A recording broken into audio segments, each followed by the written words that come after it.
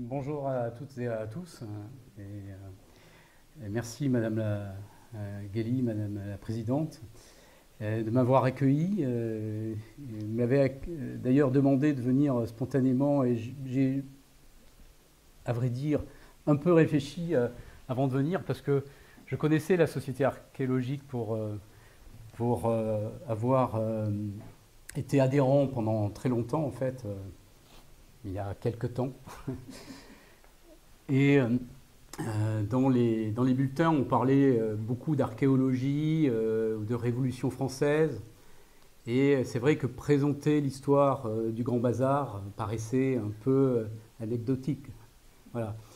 Mais en fait, ce que vous venez de dire en fait, était très intéressant parce que après-guerre, on trouve peu d'éléments sur l'histoire commerciale et plus particulièrement sur l'histoire des commerçants qu'on appelle non sédentaires, les forains. Voilà. D'ailleurs, forain, c'est intéressant de le rappeler, parce que je sais qu'il y a peut-être un professeur d'anglais parmi nous. Forain a la même origine que foreigner, l'étranger. Hein, voilà. Donc, il y a toujours ce discours de peur quand on parle du forain. Enfin, bon, c'est quelqu'un qui se déplaçait, en fait. Voilà. Donc, avant de commencer mon exposé, un petit mot sur ce titre. Donc, j'ai qualifié le Grand Bazar une histoire briviste. Ce titre n'est pas de moi, il est du directeur de la Montagne Brive, Tanguy Olivier, qui avait pris ce titre pour son article qu'il a fait après l'apparition de mon ouvrage d'histoire du Grand Bazar en février dernier. Et je trouve que ce titre traduit bien en fait ce que je vais essayer de vous présenter maintenant. Alors pourquoi ce livre ? Je commence par une question. Pierre Miquel, en fin du siècle dernier, les années 80-90, avait parlé des oubliés de l'histoire. Et je trouve que ces forains, mes parents particulièrement, font partie de ces oubliés de l'histoire si on n'écrit pas des récits sur eux. D'autant plus qu'on verra après, j'insisterai peut-être beaucoup là-dessus, c'est que j'ai retrouvé assez peu de photos. Alors là, on en voit une, c'est une photo de carte postale. J'ai surtout trouvé des cartes postales. Donc là, dès le début, je lance mon appel. Donc commencez à réfléchir dans vos mémoires, videz vos casiers, regardez si dans vos armoires vous avez encore des vieilles photos. Ça serait intéressant d'avoir des photos sur ce marché forain. On en a beaucoup sur le marché alimentaire, qui est peut-être un peu plus porteur maintenant et qui est resté encore vivant, mais assez peu de photos sur le marché forain. Et puis, ce récit, en fait, je n'ai pas hésité à le faire parce que je pensais que c'était aussi un témoignage, bien sûr, des commerçants forains qui ont fréquenté cette place de la Guerne, cette magnifique place de la Guerne. Et à travers eux, il y avait aussi en fait toutes les couleurs apportées par les magasins, par les toiles de tente. Et mes parents sont restés quand même entre les années 50 et les années 90. Donc c'est une quarantaine d'années de paysages visuels en fait, de paysages au cœur de la ville de Brive. Alors pourquoi encore ce livre ? Parce que j'ai trouvé au fil des déménagements et j'ai pu reconstituer grâce à ces archives que j'ai retrouvées une histoire à travers des factures, à travers des livres de comptes, à travers des objets aussi. On verra tout à l'heure, j'ai retrouvé le logo, j'ai retrouvé des calendriers, puis des livres aussi dans lesquels mon père notait en fait toutes ces recettes, même ses premières recettes. Et à partir de là, on peut retracer l'histoire sur 40 ans en fait, à travers tous ces documents que ma mère a gardés précieusement. Et alors on en parlait tout à l'heure avec Madame Guély, est-ce pour protéger, en fait, se protéger des services fiscaux ou ces documents étaient bien répertoriés et prêts à sortir, en fait, en cas d'examen des inspecteurs des impôts, prêts à être montrés. Et en fait, il y avait une vraie traçabilité qui prenait beaucoup de temps, d'ailleurs, pour ma mère. Je reconnais là qu'elle a dû beaucoup travailler sur tous ces documents. Mais en tout cas, ces documents sont restés jusqu'à la caisse aussi, la caisse qui servait au Grand Bazar, des tréteaux. Et puis j'avais même retrouvé le barnum, mais hélas, il a été un peu mangé par les souris et voilà, je ne peux plus l'utiliser, mais j'aurais bien voulu le remonter. Voilà, bon, c'était une fin d'histoire marquée par les rongeurs. Voilà, et puis ce matin, je parlais encore avec Louis, le marchand de chapeaux, qui est un peu le dernier des Mohicans sur ce marché de Brive-la-Gaillarde. Et avec lui, j'ai essayé de retracer tous les noms, en fait, qui ont marqué ma mémoire et qui entouraient le Grand Bazar. Alors, c'est peut-être des noms qui vont vous évoquer pour certains des souvenirs. Alors, les marchands de vêtements, d'Arcissac, Lavaux, Verlac, Salès. Les marchands de chaussures, il y avait beaucoup de marchands de chaussures. C'est assez impressionnant, tous les marchands de chaussures qu'il y avait sur ce marché. Madame Lornac, dont le mari était un déporté que je connaissais puisqu'il venait souvent parler dans les collèges de ce qu'il avait vécu dans les camps de concentration. Autre marchand de chaussures, Jeannot Petit. Jeannot Petit, son nom m'est resté, et sa femme Armande, une forte femme. Autant lui était mince, elle était très, très, très costaude, et son fils Kikou. Michel Faury, Lavial. Lavial, je crois que c'était un joueur de rugby, du Sporting Club de Tulle. Et Félissou. Des autres marchands de vêtements, les Ferral, les Dassa, Cadour. La petite fille de Cadour n'est peut-être pas là, je pense qu'elle devait... En tout cas, elle m'a écrit, elle m'a adressé quelques petites photos. C'est à peu près le seul témoignage photographique que j'ai reçu. J'étais très touché. Michel Chatra qui vendait des chemises à côté de M. Lévy. Jackie Boussoni, c'est une dame qui vendait des blouses. Elle était spécialisée dans les blouses de travail notamment. Arthur Geneste, c'est justement la personne que j'ai vue ce matin qui vendait des robes. Et c'est un personnage à l'accent fort, à l'accent qui venait d'Agen, et qui a gardé encore, j'ai entendu encore ce matin, il a gardé son fort accent du sud-ouest, qui n'est pas le rayon Pourtail, mais qui est plus au sud. Il y a des noms encore que j'ai retrouvés: Pocali, Ratino, Bouissou, et je n'oublierai pas Roger Lescure. Les bazars, il y avait aussi d'autres bazars, celui de la sœur de mon père, le bazar Maury, puis il y avait également le bazar d'Elteil. Et Georges Picot, lui, était marchand de chapeaux, et il était surnommé Zozo, le marchand de chapeaux, et c'est Louis, celui dont j'ai parlé tout à l'heure, qui a repris son affaire et qui l'a repris depuis plusieurs décennies et Louis va bientôt prendre sa retraite. Voilà. Et puis pour le dernier, j'ai certainement, c'est comme quand on fait des messages d'adieu, de départ à la retraite, on veut citer des noms et puis forcément on en oublie. Donc là, j'en ai certainement oublié. Mais ceux que j'ai cités, je m'en rappelle très bien. C'est déjà pas mal et bon, dommage pour ceux que je n'ai pas cités.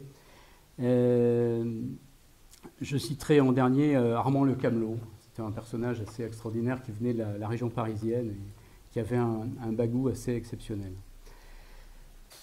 Voilà, alors, quelques dates, pour vous situer un petit peu en fait la rapidité de mon père dans son exploitation familiale.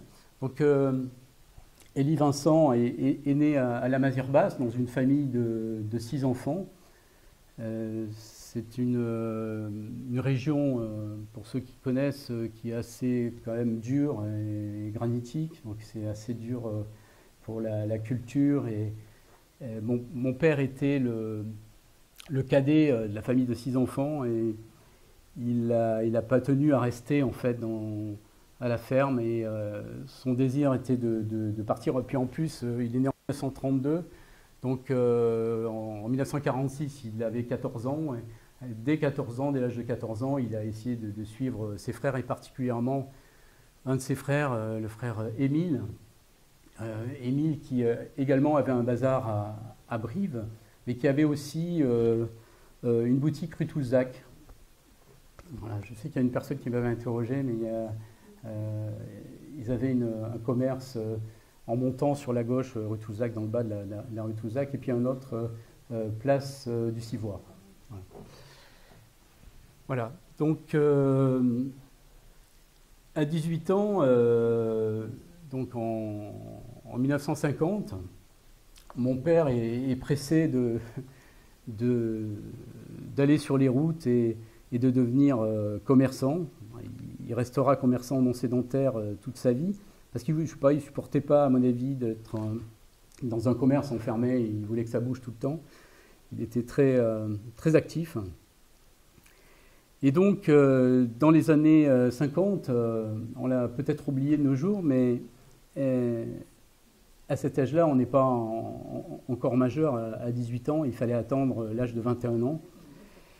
Et est-ce que la majorité civile à 18 ans a été fixée qu'en juillet 1974, sous la présidence de Giscard d'Estaing. Et donc, mon père a obtenu, peut-être en forçant plus ou moins son père de signer, il a obtenu devant le juge de paix du canton de Neuvic son émancipation. Et donc, à 18 ans, là, il est prêt pour conquérir le monde et se déplacer de marché en marché et de foire en foire. Voilà. Donc, pour compléter son apprentissage qu'il avait déjà un peu commencé avec son frère Émile, dès l'âge de 14 ans, dès l'âge de 18 ans, là, il peut se déplacer et il va rejoindre ses frères, ses autres frères qui sont un dans l'Allier, donc Alexandre qui est à Commentry, un autre Jean qui est le frère aîné qui est à Mehun-sur-Nièvre, et enfin le troisième c'est Roger qui est à Saint-Céré dans le Lot. Voilà. Sa sœur étant restée à la Mazires-Basses et puis ensuite viendra, comme on l'a vu tout à l'heure, à rejoindre Brive-la-Gaillarde. Voilà, ils seront tous donc marchands forains et je n'ai pas trouvé en fait de traces écrites pour expliquer pourquoi ils sont tous devenus marchands forains, mais mon père évoquait souvent une histoire comme quoi son père allait sur les routes du Nord et de Belgique pour vendre ou réparer les parapluies. Il ne faut pas oublier que la Mazires-Basses, c'est à proximité d'Aurillac. Donc il y a peut-être un lien qui s'opère. Voilà. Et c'est pour ça que j'ai mis ce titre « Partir et commercer ». Donc commercer comme le feront également ceux qui iront vendre du vin à partir de la région de Meymac vers la Belgique et les Pays-Bas. Voilà, donc là, je n'ai pas encore trouvé de traces écrites, mais je continuerai mes recherches. Et je pense que Je sais que dans la région, il y avait quand même pas mal de réparateurs ou de vendeurs de parapluies qui montaient vers le nord. Voilà, donc il faut imaginer donc une France encore en reconstruction, hein, on est dans les années 50. Mon père n'a pas encore de camion et il va quand même commencer son activité commerciale en étant donc à son compte. Et le 3 mars 1950, il obtient sa première patente.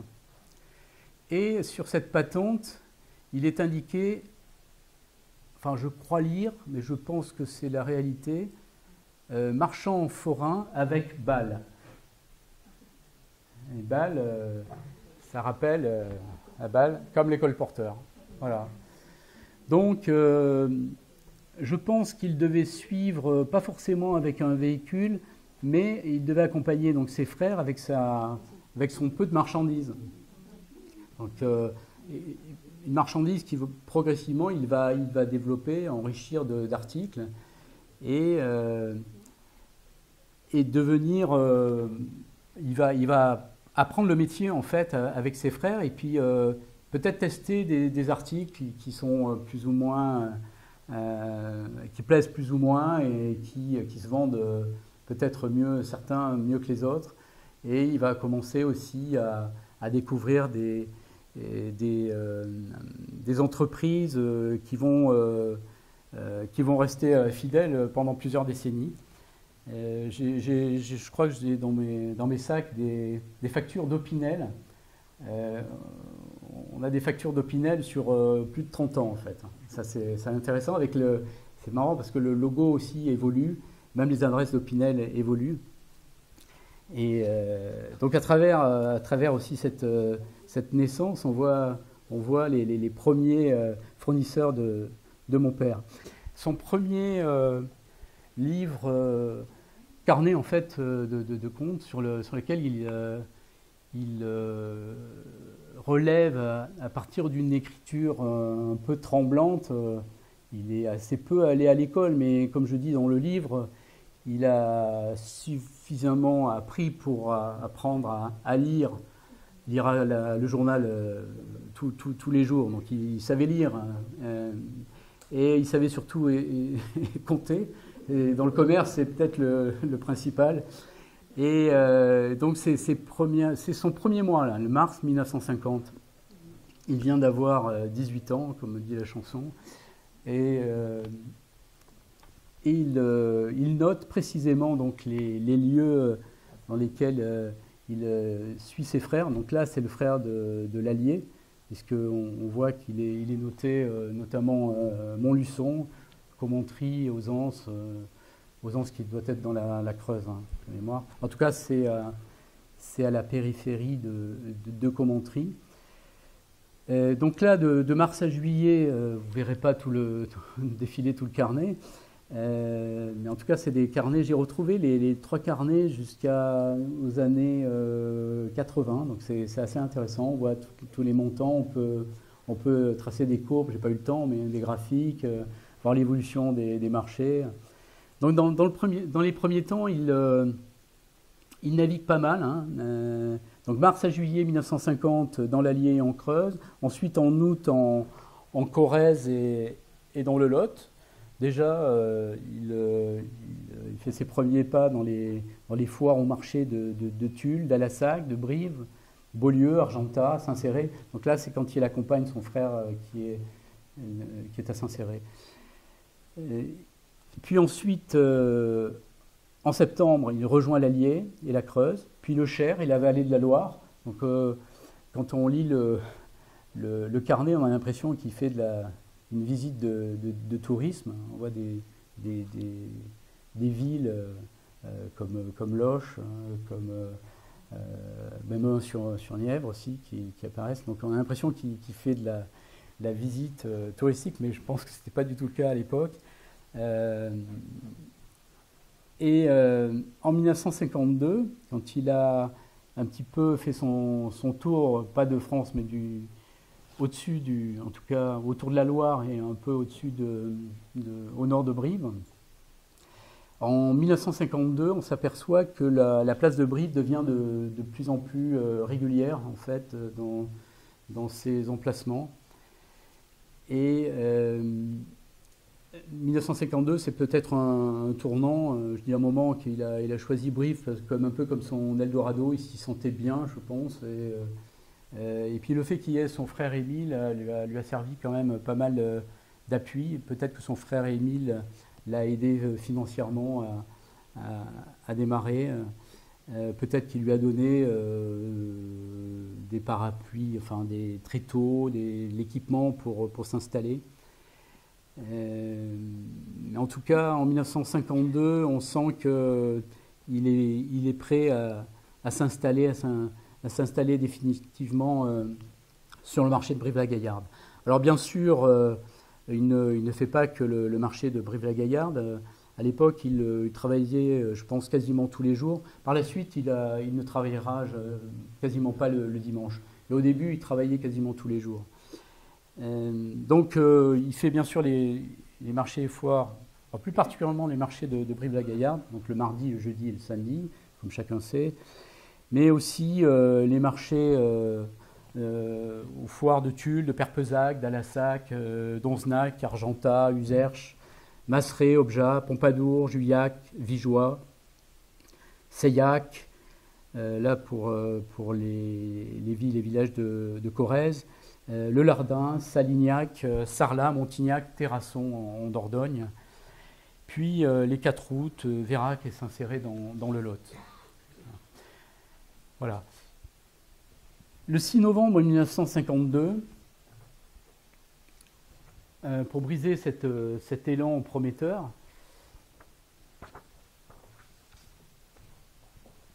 parce que les recettes progressaient au fur et à mesure que se développait son activité.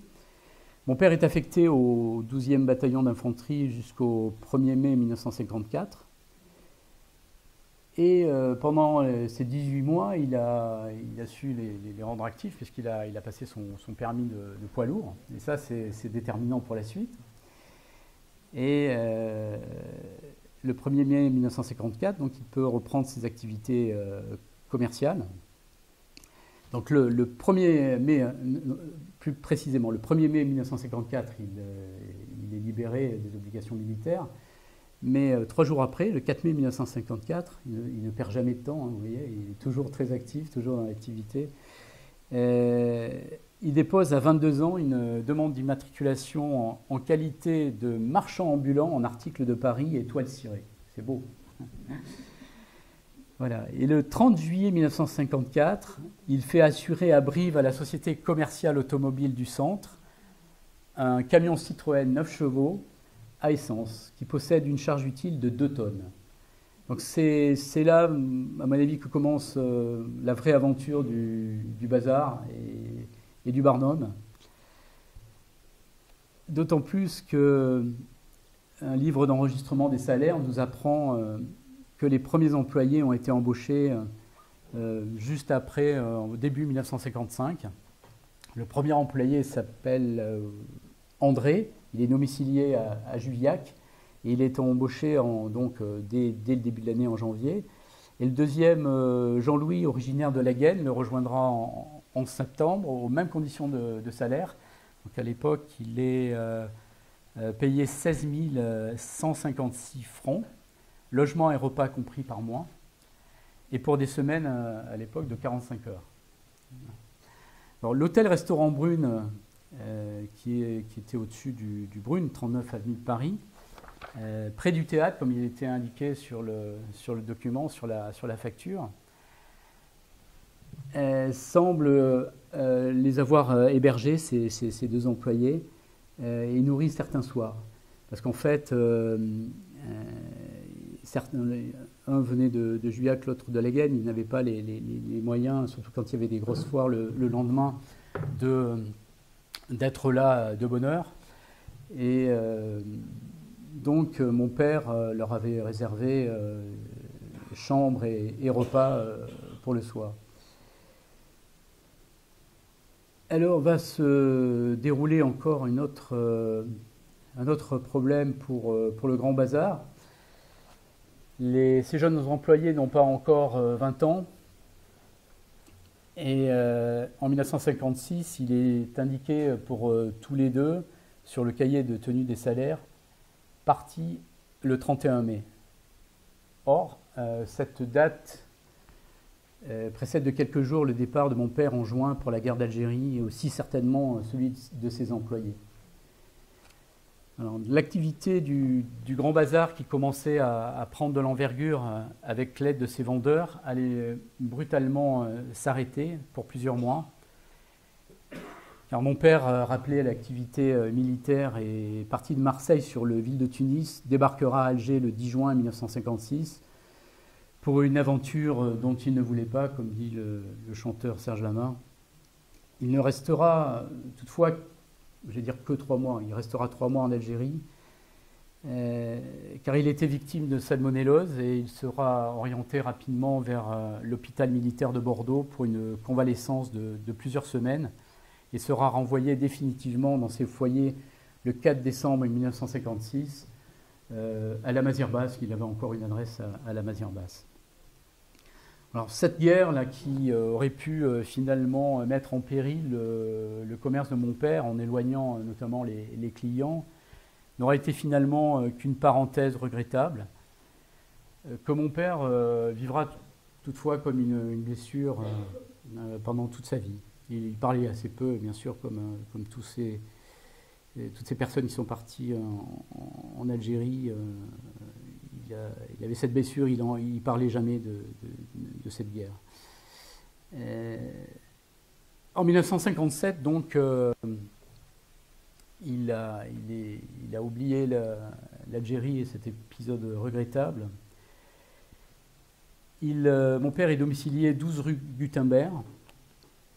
Et Brive-la-Gaillarde devient désormais le rendez-vous incontournable et son port d'attache pour plusieurs décennies jusqu'à son décès, sachant qu'il changera également d'adresse au sein de Brive-la-Gaillarde.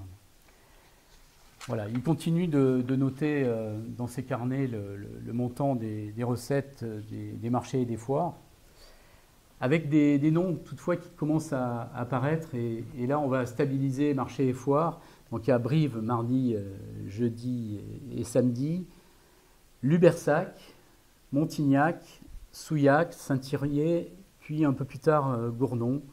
Donc ce sont des noms de villes qui resteront dans la tournée jusqu'à la fin du Grand Bazar. Voilà.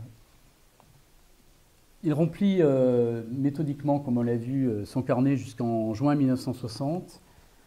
Et en juillet 1960, l'écriture devient plus dynamique à travers les carnets.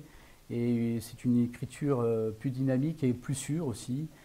Et je reconnais sans difficulté l'écriture de ma mère, qui viendra seconder mon père, surtout dans tout l'aspect comptable, qui était un travail en soi qui prenait beaucoup de temps et beaucoup d'énergie.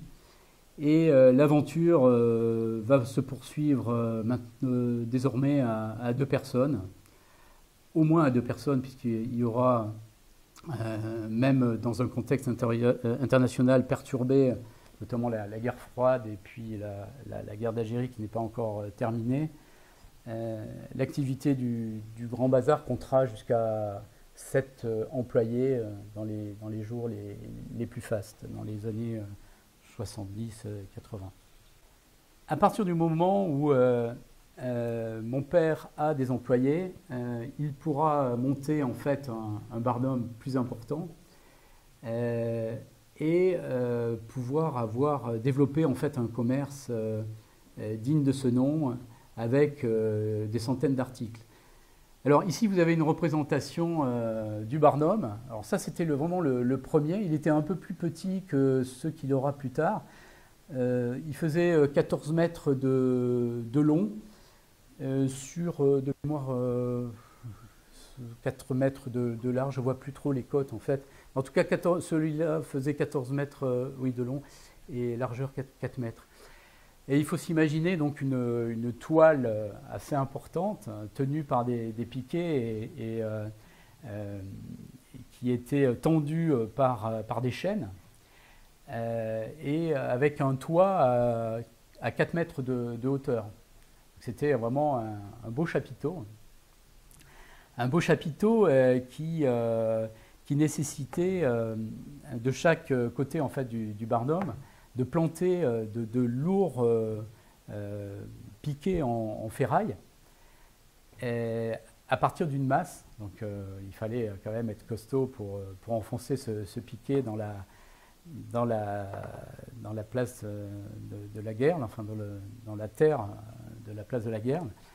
Et ce qui n'était plus possible d'ailleurs une fois que la place de la Guerle a été modifiée. Il n'était plus possible de planter des piquets et il fallait évoluer.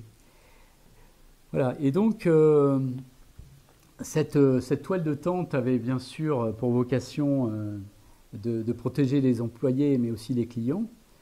Et sous cette toile, il faut imaginer des rangées de casiers avec un côté le bazar, donc je disais à peu près sur 14 mètres de long, des casiers montés sur 2 niveaux qui reposaient donc sur des tréteaux. Il fallait bien sûr porter du camion jusqu'à l'organisation de ce barnum. Et donc d'un côté le bazar, des articles de bazar, et de l'autre côté les articles de bonneterie. Voilà. Et pour partager les deux, au sommet, sur un des deux côtés, il y avait les jouets, voilà, qui faisaient le grand bonheur des enfants. Voilà. Et cet ordre de casier était toujours le même, c'est-à-dire qu'il fallait être très méthodique pour déballer et remballer. Ça, ce sont des termes vraiment du marché forain, remballer, déballer. On retrouve le terme de balle, remballer et déballer. Et donc il fallait être très méthodique et chacun donc portait un casier du camion jusqu'au barnum. Et le soir, c'était le balai inverse du barnum au camion pour organiser justement les casiers selon un ordre qui semblait presque immuable. Et de chaque côté, alors ça n'a pas toujours été le cas, mais en tout cas, au moins pendant 2 décennies, mon père avait fait réaliser des toiles, sur 2 toiles en fait. Sur un côté, il y avait marqué Vincent Bazar, et sur l'autre côté, Vincent Bonneterie. Donc on voyait tout de suite où se situait. Et sur l'autre entrée, donc, qui n'était pas condamnée, donc imaginez donc là, sur le côté gauche par exemple, les jouets. Sur l'autre côté opposé, donc une entrée qui permettait donc aux employés d'aller d'un bout à l'autre. Et au milieu, traînaient 2 caisses en fait. Une caisse pour accueillir les pièces qui étaient rangées dans des compartiments. À l'époque, au début, c'était des nouveaux francs et ensuite des francs, puisque le bazar n'a pas connu les euros. Et dans l'autre caisse un peu plus large, étaient glissés donc les billets et puis les chèques. Voilà. Et quand tous les casiers étaient rangés, il fallait replier la bâche qui faisait à peu près 60 kg. Donc il fallait être 2 hommes pour la porter. Et elle était particulièrement lourde quand la météo n'était pas très favorable, et notamment quand il pleuvait. Voilà. Et au-delà donc de la bâche qu'il fallait replier là aussi de manière assez méthodique, il fallait aussi rentrer les barres qui, par temps froid, étaient assez glaciales. Et puis les tréteaux, des grands tréteaux où souvent on se coinçait les doigts en les repliant. Alors, il faut savoir que mon père, là, pour faire réaliser ce Barnum, avait mis en concurrence trois sociétés. Et trois sociétés, parce qu'à l'époque, il y avait quand même pas mal de sociétés qui en fabriquaient. Il y en avait notamment dans la région d'Anjou, de Clermont-Ferrand. Et il avait retenu l'entreprise Guillard à Limoges, voilà, parce que c'était le moins cher. Euh, et le prix à l'époque était de 106 000 francs. Et Monsieur Guittard, c'est Monsieur Guittard, précise qu'il avait fait à l'égard de mon père un très gros effort sur le prix. Voilà. Donc ce Barnum était avec des bancs de couleur vert et brique qui étaient répartis en alternance sur toute la longueur du toit. Voilà. Alors par la suite, mon père commandera d'autres bâches, et c'est pour ça que je sais que les bâches suivantes seront un peu plus grandes, un peu plus longues, puisqu'elles faisaient 16 mètres. Parce que, comme je l'évoquais auparavant, ça finissait par s'user avec la météo, la pluie, le soleil, le gel. Ça faisait travailler la toile et les Barnum les bâches plutôt finissaient par s'user. Et pour l'entretien de ce Barnum, mon père fera appel à deux entreprises brévistes, les entreprises Brock et Gazaille. Voilà. Donc ça, c'est l'histoire du Barnum. Voilà, vous avez quelques photos, les quelques photos et rares photos que j'ai pu retrouver, avec le camion qui transportait donc tous les éléments, les casiers, les barres, la bâche et toute la marchandise. Là, c'est un de ses employés, je pense c'est René, qui a travaillé plus de 20 ans dans le bazar. Et puis voilà, là, vous voyez les armatures, là, on voit bien les piquets, et puis les chaînes hein, qui maintiennent, comme dans les cirques en fait. Hein. D'ailleurs, quand mon père n'avait plus le Barnum, j'ai été un peu nostalgique, hein, et je demandais souvent à mon père d'aller voir le montage des cirques dans la ville. J'en ai pas vu beaucoup parce que je savais jamais à quelle heure ils arrivaient les cirques. Donc, mais en tout cas, ça m'a toujours intrigué en fait ces montages de bâches. Voilà. Donc je pense que là, c'était peut-être au Lardin hein, que cette photo a été prise. Ouais, elles sont pas très nettes, elles sont pas très très belles. Dommage. Voilà. Oula. Et là, nous passons au camion magasin. Donc mon père n'a pas été le premier à avoir un camion magasin, parce qu'en fait, je pense qu'il ne trouvait pas le modèle dont il rêvait. Et il voulait le plus beau, le plus grand, le plus costaud. Et comme je dis dans le livre, il voulait une Bugatti en fait. Et il y avait beaucoup de fabricants à l'époque. Il y en avait un qui était assez connu, qui s'appelait Talmobile. Il fabriquait des camions magasins assez beaux, mais mon père les considérait comme trop fragiles en fait. Déjà pour lui c'était une industrie et je vous dis il voulait quand même un véhicule fabriqué par des vrais artisans et avec un matériel qui résiste sur plusieurs décennies. Donc cette entreprise il a fini par la trouver. Il l'a trouvée à Montmorillon, et c'est les frères Sarrazin qui vont lui construire ce camion-magasin, qui était un camion-magasin assez extraordinaire. Alors là, on le voit fermé, c'est un peu dommage. Il était tracté, là je pense qu'il est à Montmorillon, là, il était prêt à partir. Donc le camion avait été acheté au garage Buge de Malmort, le tracteur, ce qu'on appelait le tracteur Savième. Et derrière, donc, la remorque se positionnait complètement à plat hein, sur la place à partir d'un seul vérin, enfin une seule manette. C'était assez impressionnant. À partir d'une manette ou deux manettes, on baissait donc le camion pour le rendre plus commode pour les clients. Et avec une autre manette, on soulevait les panneaux latéraux. Voilà, et il n'y avait plus... à la main, de mémoire, on ne retirait que le toit de derrière. voilà, qui supposait quelques manipulations, mais assez peu en fait. Voilà, et puis ça faisait quand même une belle surface de vente. Toujours pareil, ça reprenait donc la disposition du barnum avec 2 rangées de casiers de chaque côté bazar et côté bonneterie, et puis toujours pareil en haut le coin pour les enfants avec les jouets.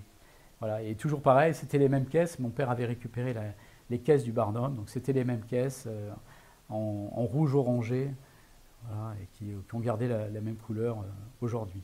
Enfin, j'ai perdu la caisse pour les pièces parce que les pièces étaient plus dures, donc elles ont plus usé la caisse.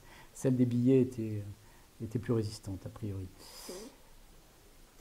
Voilà, donc il se trouve que je dis que le camion magasin de mon père était le commerce le plus grand de la place, peut-être pas en dimension, mais en termes d'articles, certainement. Donc, il a été appelé souvent le Grand Bazar, mais certaines autres personnes continuent à l'appeler le Bazar à 1 franc, tant certains articles étaient proposés avec cette somme modique. Alors sur une facture, j'ai même retrouvé tout à 100 francs, ce qui n'était pas totalement vrai quand même. Voilà. Mais quel que soit son nom, en tout cas, ce grand bazar servait de repère aux autres commerçants. Certains voulaient même se rapprocher, il y avait des batailles entre commerçants pour se rapprocher du grand bazar qui semblait attirer un peu plus de clientèle et de clientèle fidèle. Voilà. 2 mots pour dire donc, que j'ai précisé que la première adresse breviste était rue Gutenberg, parce qu'en fait il s'était rapproché de son frère Émile qui habitait cette rue, et le premier dépôt était situé avenue Pasteur. Ensuite mon père va déménager rue du Docteur Bardon, et là il aura 2 dépôts, un dépôt rue du Docteur Bardon pour la bonneterie, et un autre dépôt pour tout ce qui était bazar et jouets, rue des Frères Lumière. Voilà. Donc là, il avait fait construire un dépôt assez important qui lui permettait d'avoir toujours un stock assez important, parce qu'à chaque fin de marché, il fallait réaliser ce qu'on appelle le réassortiment. Donc les employés ou mon père notaient sur un carnet en fait ce qui avait été vendu, et puis le soir, il passait dans les rayons pour reprendre les objets ou les articles qui avaient été vendus. Voilà, et comme ça tous les soirs, sauf le samedi soir, puisqu'il ne travaillait pas le dimanche, et donc ça c'était reporté au lundi, où étaient reçus souvent, ou en tout cas déballés, les marchandises, les cartons de marchandises qui arrivaient de Brive ou de la France entière, et qui étaient ensuite mis en rayon dans les 2 dépôts. Alors, je vais peut-être vous lire les quelques articles, ça vous rappellera un petit peu, c'est un peu une liste à la Prévert, mais je vais pas tout lire, parce que c'est assez dense. Je vais me permettre de boire un petit peu, il fait chaud.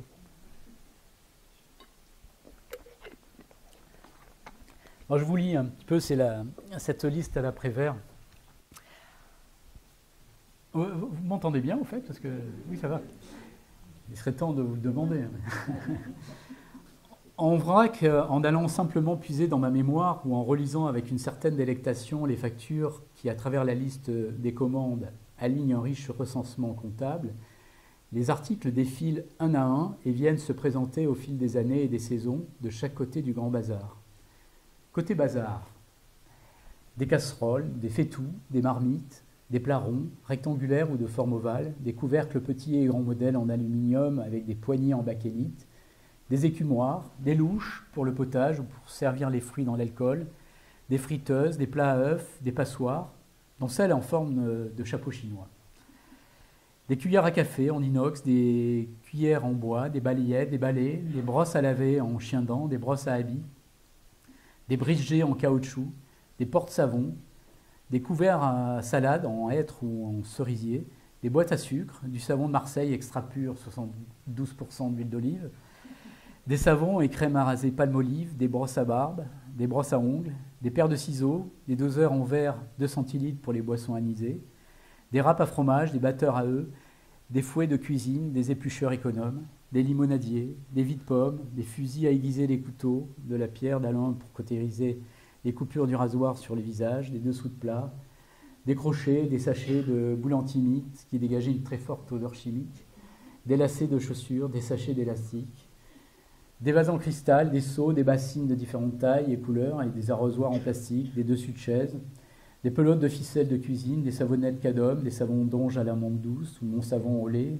du dentifrice Signal ou Colgate à la chlorophylle, des shampoings antipelliculaires aux œufs, à la pomme verte ou à la camomille, des doses de shampoing DOP, de la brillantine rouge à flore, des éponges métalliques ou végétales, des éponges Spontex et Scotch-Brite, des pains-jupes ou pantalons et des cintres en bois, des briquets tempête avec une mèche en coton à l'intérieur et des briquets bic de plusieurs couleurs, des pierres à briquet de la marque AOR, des allumes-gaz, des tire-bouchons métalliques simples ou avec levier en forme de V, ou en bois avec une vis sans fin, ou montés sur des cèpes de vigne, des gants de ménage, des pinces à lège en bois ou en plastique. Voilà, la liste est longue et je peux continuer. Hein. Des verres à mesure, des passoires, des sandoves, que l'on appelait aussi des tendeurs, des boîtes de punaises, des boîtes de cirage zigzag ou des tubes de crème à cirer de la marque Barane, de couleur marron ou noir, du blanc à chaussures, avec une mini-éponge en mousse fragile sur le flacon, qui, je me rappelle, s'étalait difficilement sur les chaussures de sport en toile ou en cuir, car nous avions du mal à en maîtriser le débit. Des tapettes à mouches, des piles plates et rondes et des lampes de poche de la marque Vonder, des doses de gel et de mire. Des moulins légumes de la marque Moulinex, qui finira par disparaître, cette marque. En tout cas, les vrais moulins légumes dès qu'ils sont devenus en matière plastique, alors là, les clients les fuyaient. C'était un changement de stratégie qui a fait d'ailleurs des dégâts dans les usines de Moulinex. Des cendriers en verre ou en fer avec boutons poussoirs, témoins d'une époque où l'on fumait beaucoup dans les maisons, du papier à cigarette de la marque Job, des blagues à tabac, des salières, des poivrières, des paniers grillagés en fer avant que n'arrivent les essoreuses en matière plastique qui ne nous obligeaient plus à sortir à l'extérieur pour essorer la salade, et des assiettes calottes, plates ou à dessert du Moulin des Loups, des assiettes arcopales, des plats Pyrex, des légumiers, des moules à tarte, des presses citron en verre ou en plastique. Voilà, ça c'est le côté bazar. Je peux encore en citer, oui, la liste des articles continue. Ouais. C'est des tapis, des lavettes, des chamoisines, des voissingues. Oui, ça c'est intéressant, des voissingues.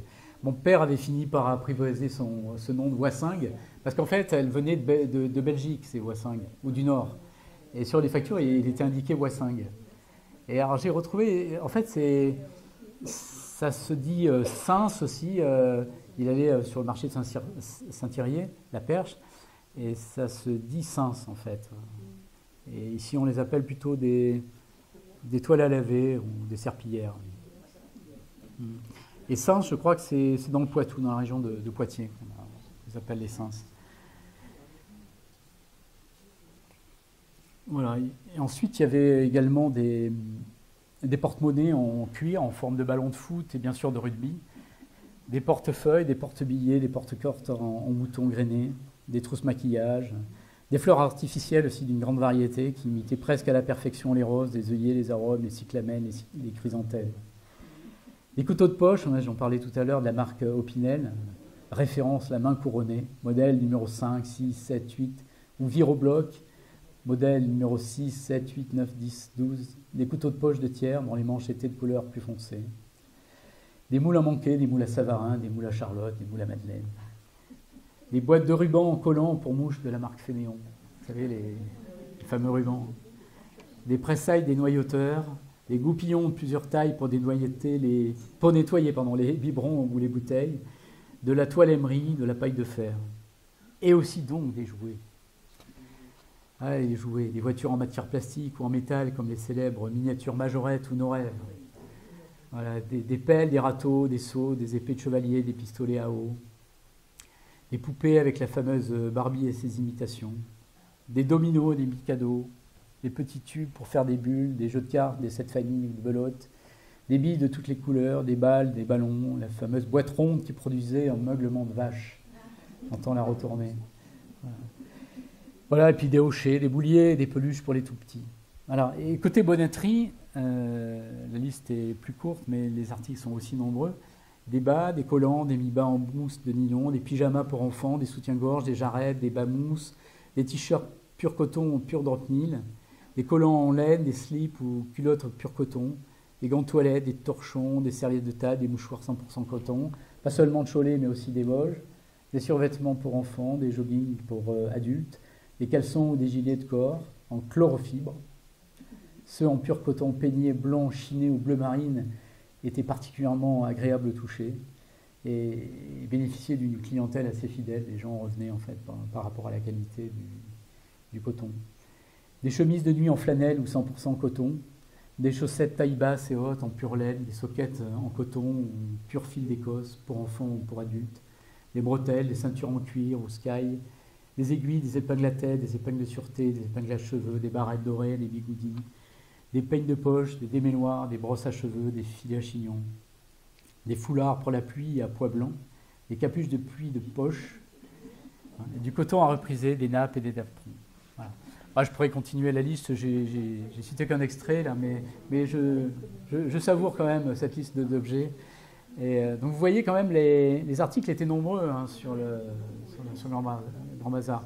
Bien sûr, là ce que je vous cite, c'était pas le début du bazar, c'était vraiment le bazar dans ces années les plus fastes. Alors, la publicité du Grand Bazar, mon père n'avait pas peur en fait d'inscrire son nom, on l'a vu tout à l'heure, de chaque côté du Barnum. Mais il avait aussi des sacs, voilà.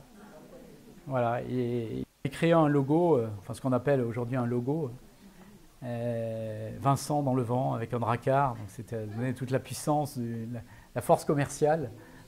C'était un peu orgueilleux, mais voilà, c'était bien vu, hein. C'était bien vu. Je crois que c'est un cousin qui l'a dessiné. J'aime bien. Donc j'ai retrouvé, j'en ai retrouvé quelques exemplaires. Ça y est, j'invente rien, elle est là. Elle est là, voilà, Vincent. Voilà, donc... alors moi, quand je travaille à Paris, hein, et à Paris, il m'est arrivé de demander aux vendeurs, aux vendeuses, donnez-moi une poche, et les gens me regardaient bizarrement. Les poches, ils ne connaissent pas à Paris. Ouais. Et donc mon chapitre, je l'ai appelé « Avez-vous une poche ?» parce qu'en en fait, ici, c'est vraiment un terme local. Hein, c'est un peu comme la chocolatine. Hein. Et c'est pas que briviste, hein, la poche. Hein. Parce que j'ai beaucoup entendu... les pochons, oui, c'est ça. Ouais, dans l'Ouest. Hein. Le pochon, c'est plutôt dans l'Ouest. Ouais. D'ailleurs, mes enfants ont été surpris. Une fois, on les avait arrêtés dans une boulangerie du côté, je crois que c'était en Charente. On leur dit, vous voulez un pochon? En fait, il y avait plusieurs chocolatines. Moi, je dis chocolatine. On va pas partir dans le... Voilà. Je trouve que c'est meilleur que les pains au chocolat. Et c'est vrai qu'ils ont été surpris, comme ils sont parisiens tous les deux, ils n'avaient pas compris qu'on leur proposait un petit sac avec des gourmandises à l'intérieur. Voilà. Donc mon père avait plusieurs modèles hein, de sacs, de poches, je ne sais plus comment les qualifier, et il les commandait à l'entreprise Baudet-René-Jean, et qui était son plus gros fournisseur. Hein. Et l'entreprise Baudet-René-Jean était alors située 37 avenue Maillard. Voilà. Donc le modèle le plus commun de sac, c'était le 230-310. Alors il y avait des petites poches, des pochons pour les petits articles, quand les personnes achetaient par exemple des couteaux Opinel ou des voitures miniatures Majorette, ils avaient le droit aux pochons. Pour les grandes poches, en fait, on mélangeait plusieurs articles, plutôt la bonneterie d'ailleurs, Mais la bonneterie pouvait se mélanger à des articles de bazar. Et quand il y avait beaucoup d'articles, parce que tout se faisait, on utilisait assez peu en fait la machine à calculer, tous les calculs se faisaient de tête en fait. Et donc il fallait avoir une mécanique pour compter assez vite. Je l'ai appris d'ailleurs en aidant mon père sur les marchés. Je compte assez bien en fait en calcul mental. Et maintenant on paye tout en carte bleue, ça me désespère parce que plus personne sait compter. Et donc c'est ça que servait aussi quand les additions étaient trop longues, à noter. Voilà. Et on notait en fait les additions sur le sac. Alors quand les gens, les clients prenaient beaucoup de choses, c'est vrai que parfois les additions étaient assez longues. Voilà. En tout cas, c'était à la fois la preuve qu'on avait su compter, et puis le client repartait finalement avec son compte, il pouvait recompter parce que les prix étaient indiqués en général, à de rares exceptions, à partir de petites étiquettes. Voilà. Donc tous les articles étaient marqués. Alors ça, c'était le premier exemple de publicité. J'ai retrouvé aussi, ça c'est tout à fait intéressant, dans les casiers était distribué ce genre de planche, c'est du contreplaqué peint.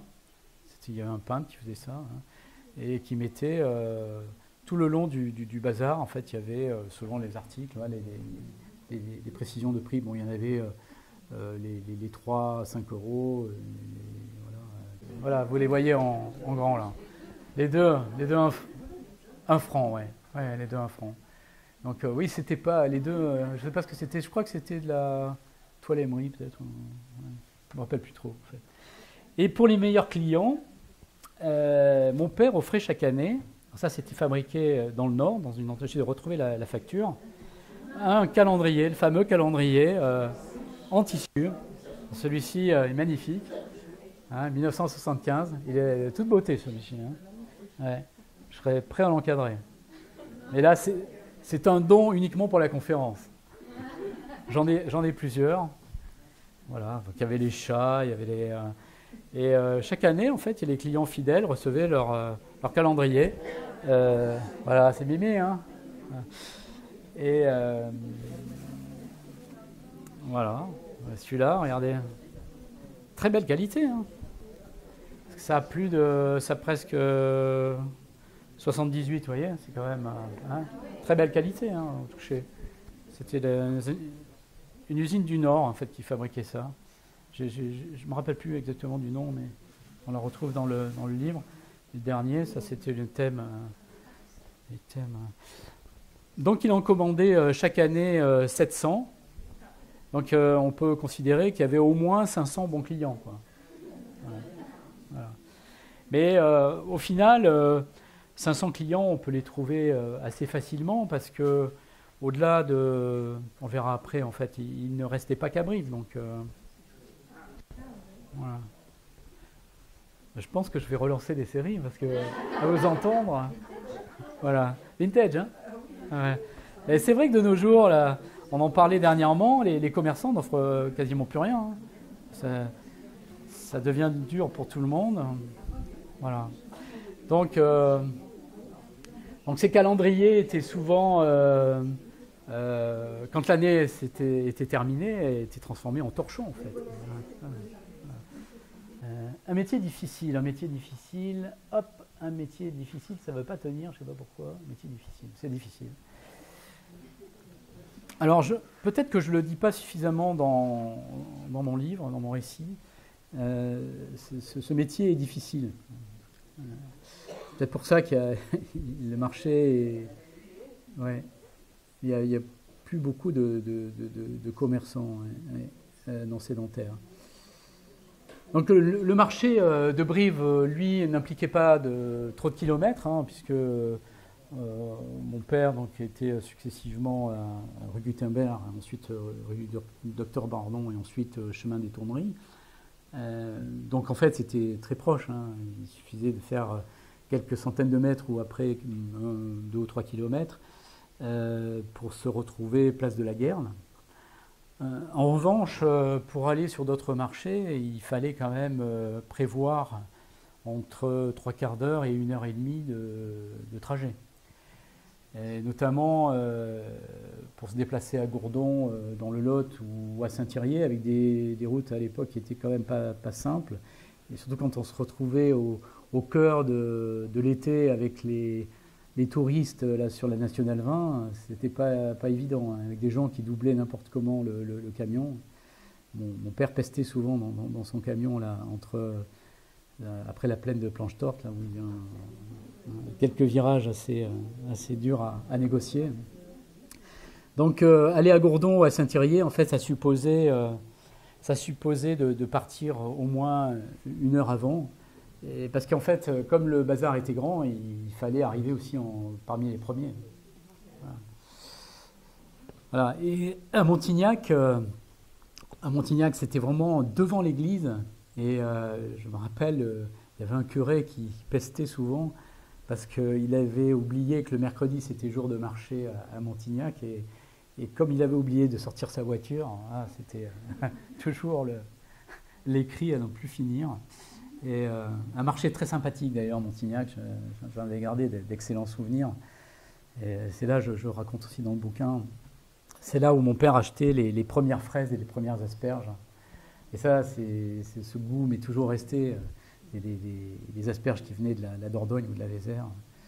Et puis en plus, il y avait un climat particulier à Montignac, avec cette ambiance de préhistoire, d'histoire médiévale, de Renaissance. Même. Je sais pas, il y a un fluide particulier dans cette ville. Ouais. Et le marché était tout aussi sympathique.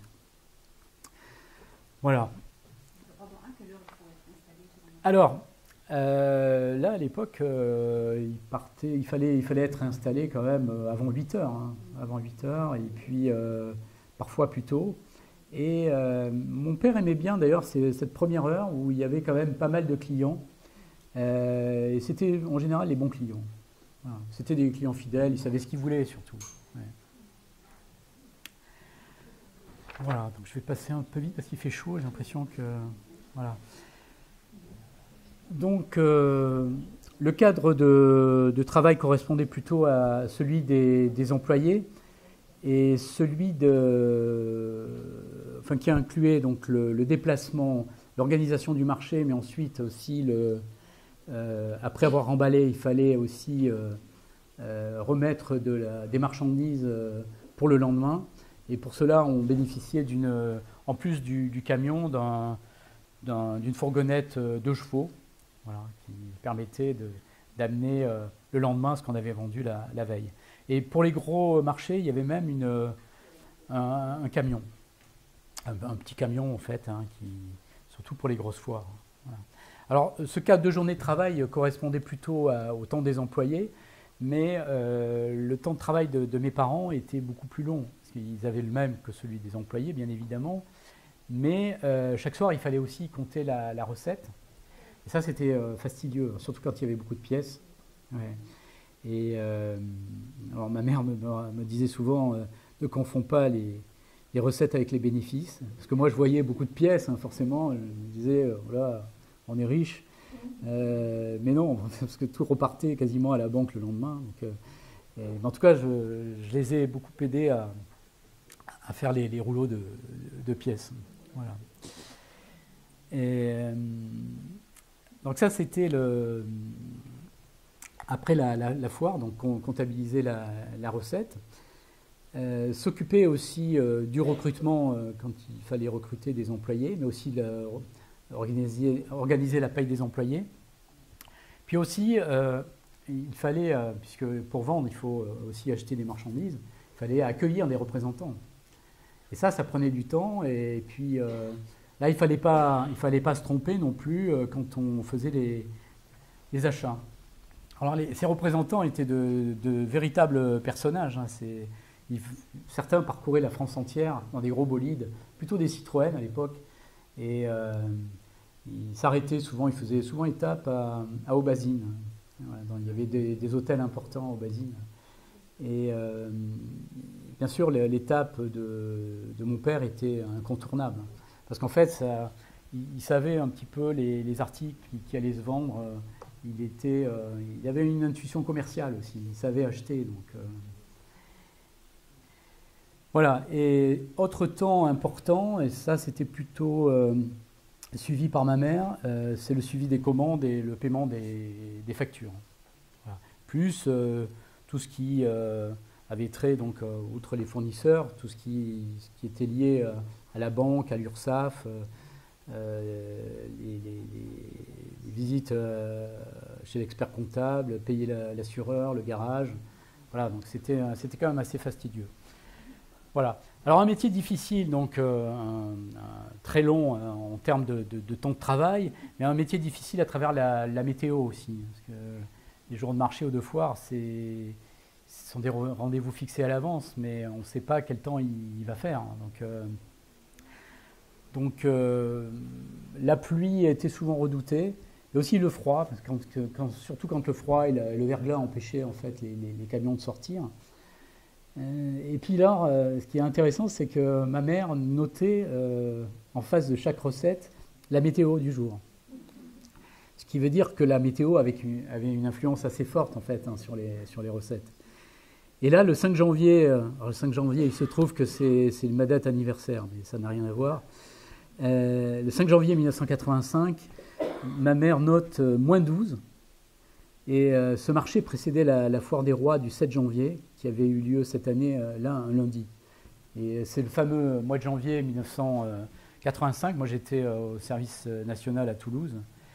Et ce janvier 1985 fut particulièrement catastrophique. Parce que la météo avait empêché la sortie du Grand Bazar les 8, 9, 10, 11 et 16 janvier. Ce qui était énorme hein, en termes de calendrier. Et là, on ne pouvait pas se déplacer. Hein. Donc, ma mère avait noté moins 15, mais moins 12 plutôt. Mais, c'est à vous. Hein. Mais Louis, à qui j'en parlais hier, me disait qu'il s'était monté même descendu jusqu'à moins 20, moins 25. Ouais. Quelques photos. Donc, j'ai retrouvé quand même quelques photos qui montrent l'évolution du marché. Là, sur des cartes postales. Donc ça, c'est peut-être les années 50. Elle n'est pas très nette, hein, mais on devine, enfin là, vous ne voyez pas trop, j'imagine, mais là, la toile du Grand Bazar doit être là, a priori. Voilà. C'est pas très, très lisible, hein, c'est dommage. Voilà. Et là, bon, celle-là, je la trouve très belle, en fait, hein, parce que c'est à la fois les foires franches, et le Grand Bazar. Et le Grand Bazar qu'on retrouve là, sauf erreur de ma part, il doit être là. Voilà. Il occupe bien sa place. Hein. Voilà. Je la trouve très belle, hein, cette photo. Voilà. Donc on retrouve le Grand Bazar ici. Hein. Voilà. Voilà. Le magasin Euphorie dont je vous ai parlé tout à l'heure. Après, je ne trouve pas les Vaux. Lavial, pardon. Chaussures Lavial. L'escure ne doit pas être très loin. Non, hein. Là, je crois, ça, c'est les pulls Roger Lescure. Ouais. Ouais. Ouais. Voilà. Elle est belle aussi, cette photo. Hein. Ouais. Voilà, bon, j'en ai pas trouvé beaucoup, mais j'en ai trouvé de belles. Voilà. Alors, les autres marchés, je vais aller rapidement. Là. Oui, je vous ai mis des quittances, j'ai retrouvé des quantités de quittances, c'est assez intéressant. Les services des places, voilà. Donc, on a vu tout à l'heure que le mercredi, il allait à Montignac. Donc, une fois par mois, le mercredi, il fallait laisser la place à Lubersac, c'était un jour de foire. Et Montignac et Lubersac, c'était en matinée. Donc là, les journées n'étaient pas très longues, elles étaient appréciées par tout le monde, le personnel et mes parents. Ça permettait aussi parfois de s'occuper un petit peu d'étiqueter la marchandise quand on rentrait de bonne heure. À Lubersac, c'était assez étonnant aussi comme foire, parce que c'était sur la place du Foirail, au milieu des veaux, des vaches et des taureaux, et parfois il y a des animaux qui s'échappaient, donc, on avait un peu peur. Le vendredi, c'était soit Souillac dans le Lot, le premier et troisième vendredi, soit Saint-Thirier, les deuxième et quatrième vendredis. Voilà. Et chaque premier mardi du mois avait lieu la foire de Gourdon. Et quand on entend mardi, ce qui veut dire qu'il y avait un problème avec Brive. Que cette foire a tombé le même jour que le marché de Brive, et donc il fallait choisir. Mon père n'hésitait pas à choisir finalement Gourdon, puisque Gourdon était une grosse foire et c'était un rendez-vous important et quasi incontournable. Voilà.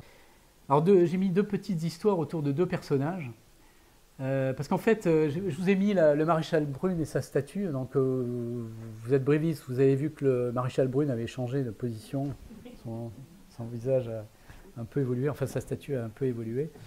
En fait, au début, quand il était derrière ses grilles, le maréchal Brune, en fait, il embêtait vraiment les commerçants, parce que il était positionné quasiment au milieu de certains camions-magasins. Donc il empêchait de contourner facilement ou d'installer les toiles de Barnum.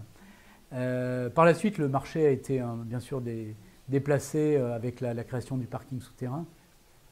Mais ce qui est intéressant, c'est que donc deux choses en fait sur Brune. Il y a une expression briviste. Alors je ne sais pas, ma mère me le disait souvent, mais je pense que c'est vrai. On disait ça ne durera pas autant que Brune. Voilà, elle me disait ça quand j'avais un gros malheur, ou au contraire que j'étais trop content. Elle me disait voilà, fais attention parce que n'étale pas trop ton bonheur, ça durera pas autant que Brune peut-être. Et j'ai retrouvé cette expression dans un ouvrage de photographie de Brune. C'est un peu différent ce qu'il disait, je crois que mais c'est à peu près le même sens. En tout cas, une certitude, c'est que cette expression ne peut être que briviste. Voilà, donc ce qui est étonnant, c'est qu'en fouillant dans les archives municipales, j'ai retrouvé un texte. Où est-ce que je l'ai trouvé ? Oui, un texte d'un conseil municipal du 1er novembre 1874, qui disait, attendez que je retrouve le texte, « Il est peu convenable de voir la statue d'un maréchal de France, la gloire et l'honneur de la ville de Brive, entourée de baraques ambulantes et de marchands forains. La place de Guerle est assez vaste pour que toutes ces industries de passage puissent s'y installer. » Donc il y avait déjà une polémique. Là, elle venait plutôt du conseil municipal qui se plaignait de la présence des marchands forains autour de la statue. Et voilà, donc il se trouve que depuis les travaux, il y a plus... alors soit le conseil municipal de 1874 a fini par être écouté ou entendu, soit il n'y a plus de problème avec les forains. Voilà. Alors la deuxième histoire est autour de Brassens. Alors j'essaie de décrire la vraie histoire de la chanson de Brassens dans mon bouquin. La chanson qui s'appelle Hécatombe. Et dans cette chanson, il évoque, il dit à un moment de la mansarde où je réside. Et moi, je pensais que Brassens avait résidé dans les mansardes qui sont à Ville de Paris, au-dessus des cafés. Et pendant très longtemps, j'ai cru à cette histoire et personne n'a démonté en fait sur le marché. Et les forains disaient que Brassens en fait avait été passé là de jour ou de nuit plutôt, et qu'il avait mal stationné son véhicule sur la place de la Guerle et qu'il avait pris une contravention. D'où sa chanson un peu contre la maréchaussée. Voilà. Bon, si vous voulez connaître la vraie histoire, vous pouvez voir dans mon bouquin. Voilà. En revanche, c'était pas évident de trouver cette vraie histoire parce que quand on demande à Brive, peu de gens connaissent quand même. Hein. La bibliothèque municipale, ils ont eu du mal à me répondre. Hein. Mais après, j'ai trouvé une photo de Brassens venant chanter à Brive. Donc il est venu chanter deux fois en fait, d'après mes recherches. Et je ne suis pas sûr qu'il soit revenu très souvent en fait. Voilà. J'ai mis le grand bazar d'une géographie française à une économie mondiale.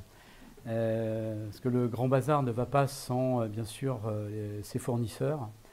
Alors, au tout début, les fournisseurs étaient plutôt parisiens, ce qu'on appelait les articles de Paris, en fait, plutôt des articles de type féminin.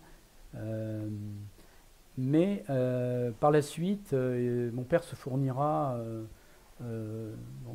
auprès de ces entrepreneurs brivistes. Là, vous voyez plusieurs noms, j'ai essayé de regrouper plusieurs factures.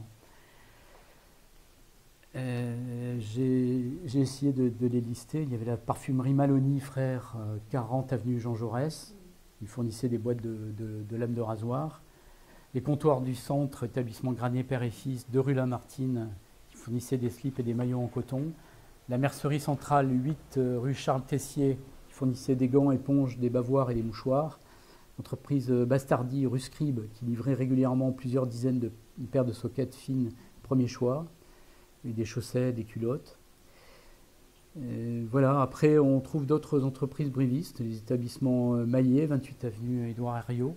Et là c'était un grossiste qui fournissait le Grand Bazar en jouets. La société industrielle textile d'articles de confection, Citac, 29 rue Barry, qui fournissait des combinaisons.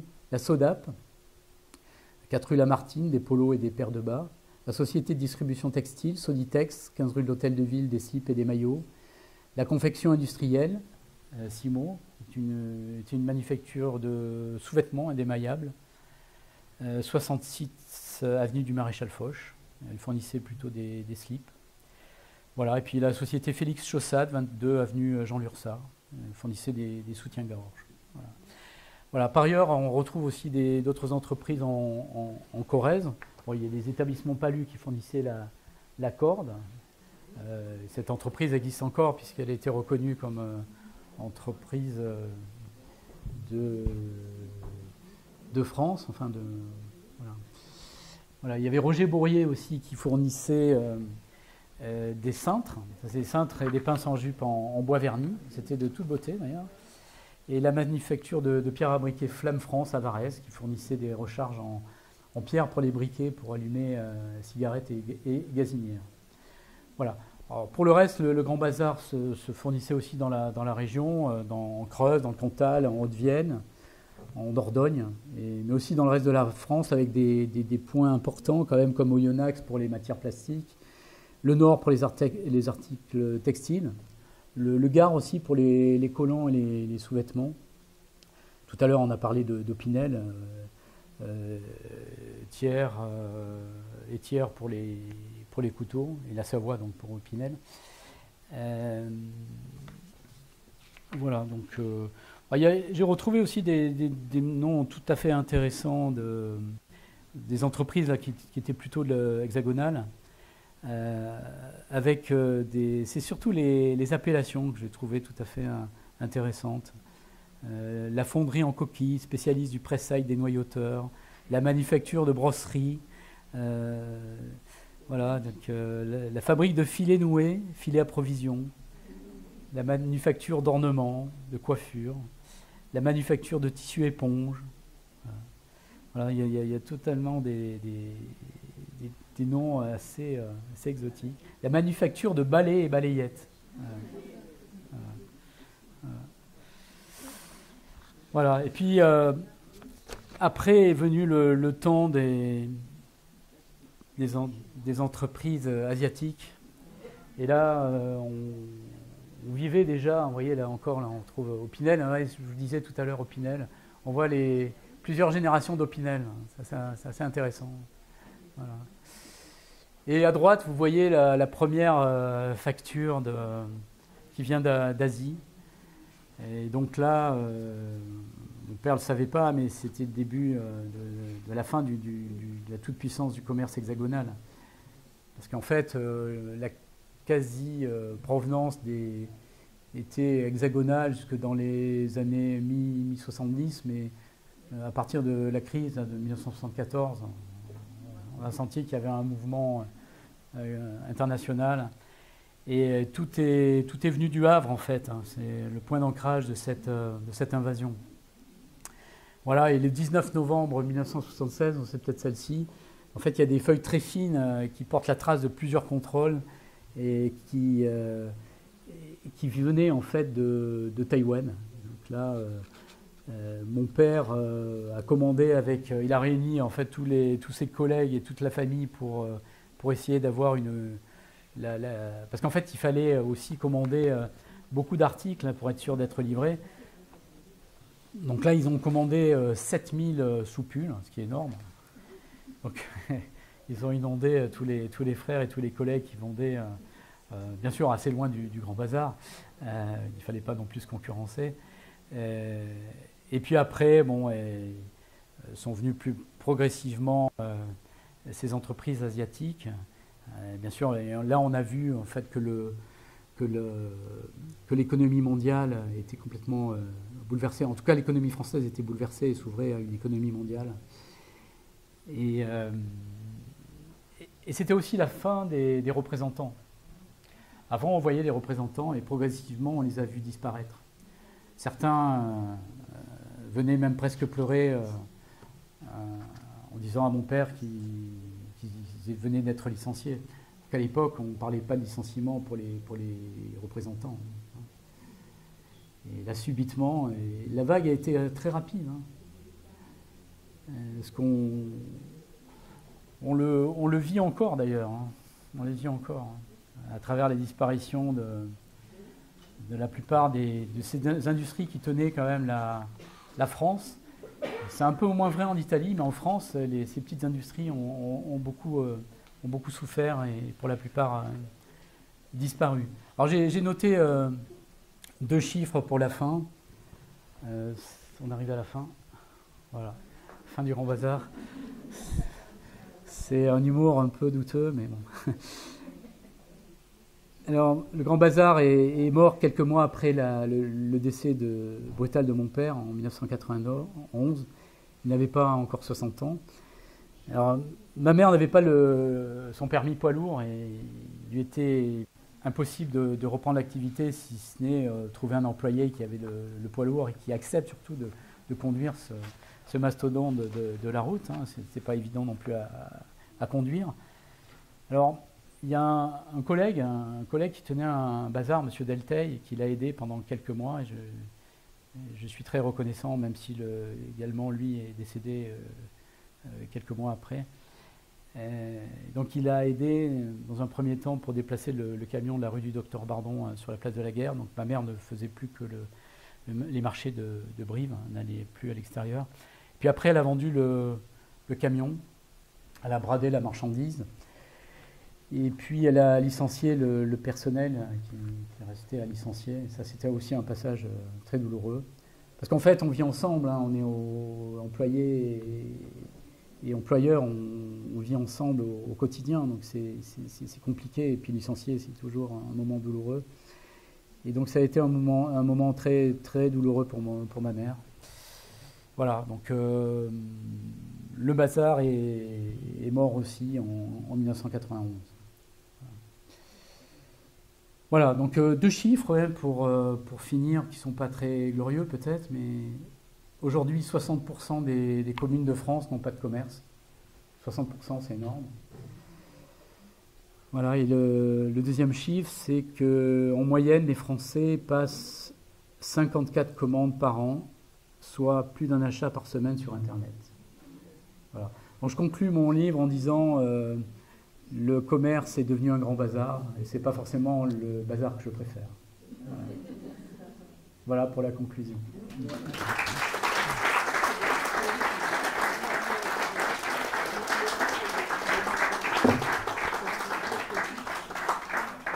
Voilà, je suis prêt à répondre à vos questions si vous en avez, bien évidemment, même si j'ai un peu soif.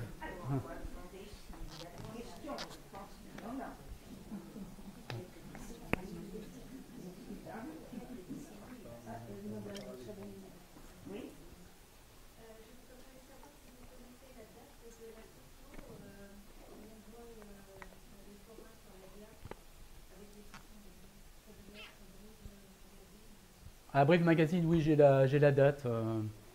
Elle n'est pas si ancienne, hein, c'est 88 ou 89. Peut-être que j'ai là d'ailleurs.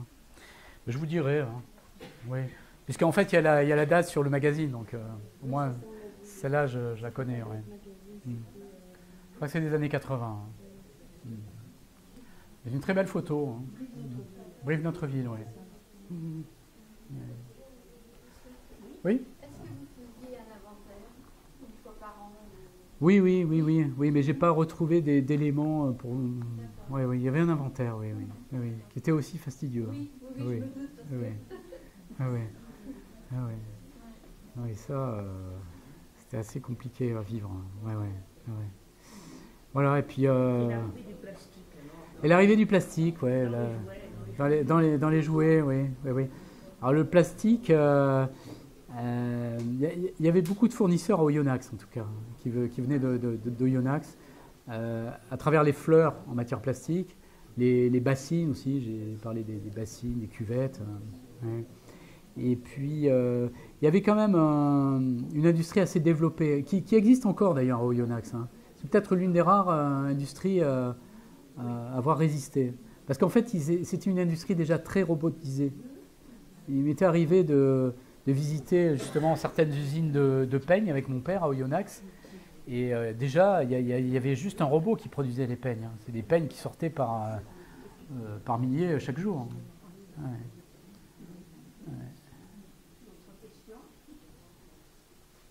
Voilà.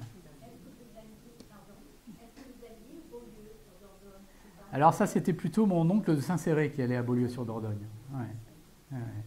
Mon père l'a certainement fait. Il a fait, j'ai cité d'ailleurs tout à l'heure, mais il a fait au tout début, en fait. Ou pour remplacer mon oncle de Saint-Céré. Voilà. Mais c'était un marché important ou une foire importante, Beaulieu. Les deux importants, c'était Saint-Cyrier d'un côté, C'est ça. Saint-Thirier d'un côté, et puis Gourdon de l'autre. C'est ça, Gourdon et Saint-Thirier, oui. Plus d'une heure et demie à peu près, dans des routes difficiles. Mais c'était des marchés des foires plutôt assez importantes, hein, qui occupaient tout le foirail de Saint-Thirier et puis tout le centre-ville de Gourdon. C'est une ville avec une enceinte, Gourdon, enfin une ancienne enceinte en tout cas. Et il y avait la foire se mélangeait avec il y a les bestiaux qui couraient dans le. Alors c'était pas les mêmes bestiaux à Gourdon, hein, c'était plutôt des moutons, c'est ça. On est dans. De toute façon, au XVIIIe siècle, les foires, elles étaient tournantes. Les marchés étaient tournants. C'est-à-dire que, par exemple, on pouvait aller de Tulle à Brive, ensuite passer au Basile, faire un tour. C'est ça. Parce qu'ils n'avaient pas au XVIIIe siècle des moyens de transport. Bien sûr. C'est ce qu'a fait mon père au début avec ses frères. Il a fait le tour, en fait, pour choisir peut-être la meilleure région, la région dans laquelle il resterait. Voilà. Et puis ensuite, les moyens de transport s'étant développés, on pouvait aller plus loin. C'est ça. Voilà. Merci de votre attention.